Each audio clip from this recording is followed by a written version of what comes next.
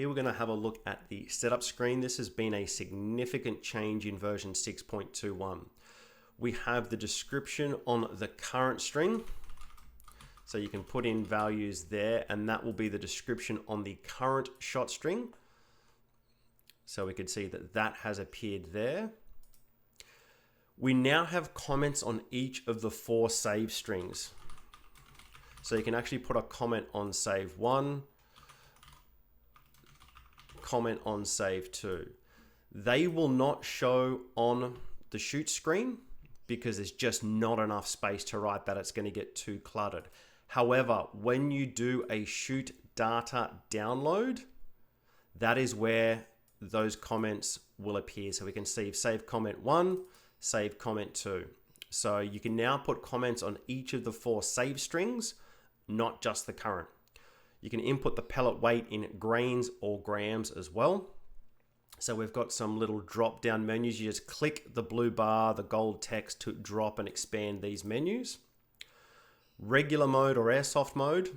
Airsoft mode allows for a rate of fire detection and also will increase the rate of fire detection from about 20 shots per second up to about 2,000 or so shots per second. Autosave and update. In airsoft mode, you can turn autosave on and off.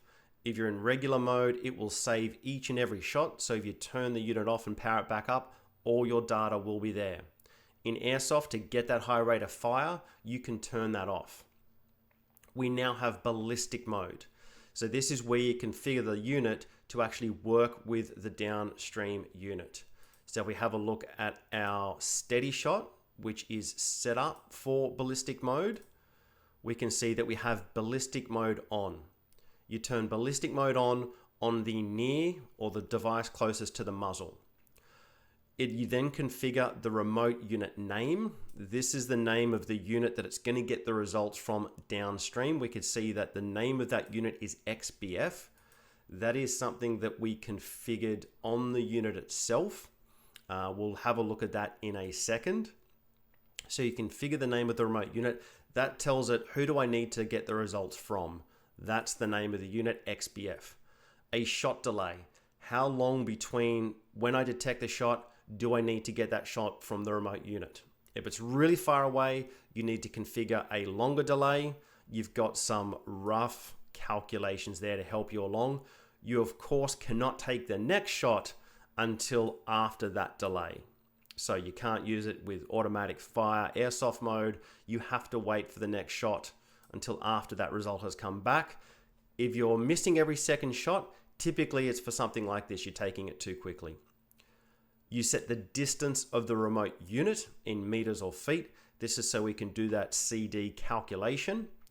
Also the caliber of the projectile. We're using a 22 cal, so it's 22.0. If you're using a 177, it will be 17.7. 50 caliber would be 50. 223 would be 22.3. So make sure you're inputting the correct caliber, otherwise the coefficient of drag calculations are going to be well off. You then input the temperature. That's the temperature either downrange or an average between near and far, again used for the calculations of the coefficient of drag. In the next section, this is where we set the SteadyShot. So you can turn SteadyShot on and off. On an ExtremeBallistic, that's not going to be there, of course. You can turn SteadyShot on and off. Again, the capture rate, that's how many seconds that the data is going to be captured for, and a quick calibration for the SteadyShot. You can turn field mode on and off. So this is really useful when you want to something like at an airsoft event or a field target event, you want to quickly know if people are under or over certain velocities. So you calculate your different speeds here, you set those with field mode on. This will allow them to give you green or red lights if you're above or below each of the 3 configured speeds. So you can sort of put people in 4 different classes. For airsoft mode, preset pellet weights. This is where you can do those quick change pellet weights and configure those for the airsoft shoot screen. You can configure voice readout, read out the speed, the power, both speed and power or none. and we've added decimal readout. So you can turn decimals on or off in the voice readout.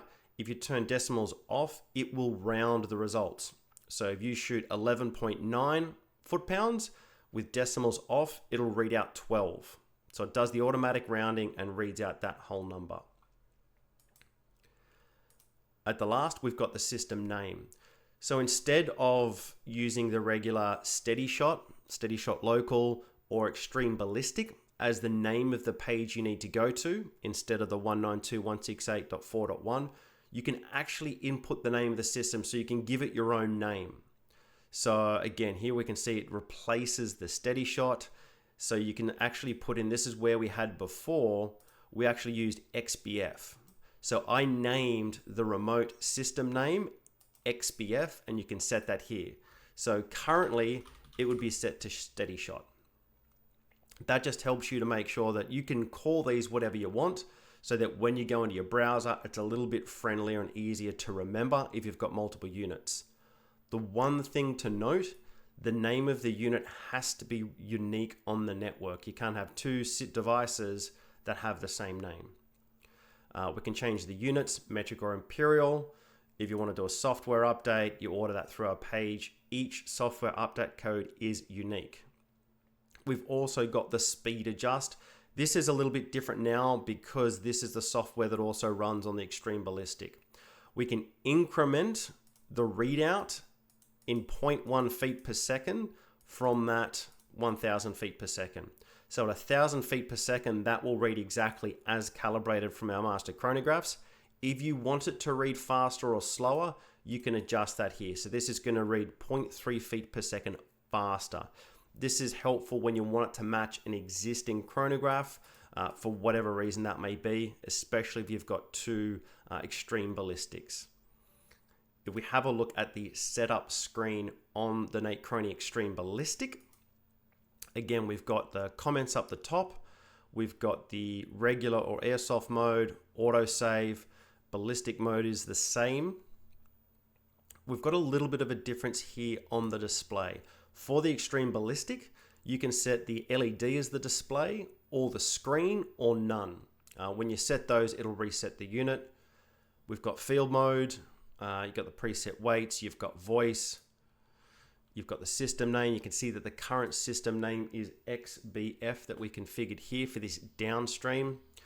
With the ExtremeBallistic, you can also remotely reset them. So if you need to do a power reset, you don't want to be walking down range, click that button, that will reset the unit and reboot it. The units, the software, and the adjustment as normal.